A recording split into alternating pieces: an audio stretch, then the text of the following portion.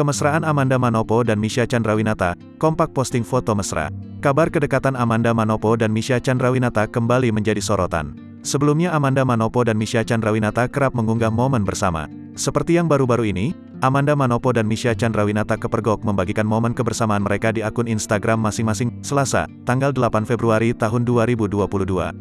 Amanda Manopo dan Misha Chandrawinata kompak mengunggah potret mereka yang berbusana putih. Dalam unggahan akun Instagram @Amanda Manopo, pemain sinetron Ikatan Cinta tampak memeluk Misha dari belakang. Amanda tersenyum lebar ke arah kamera, sedangkan Misha memamerkan senyumnya ke arah lain.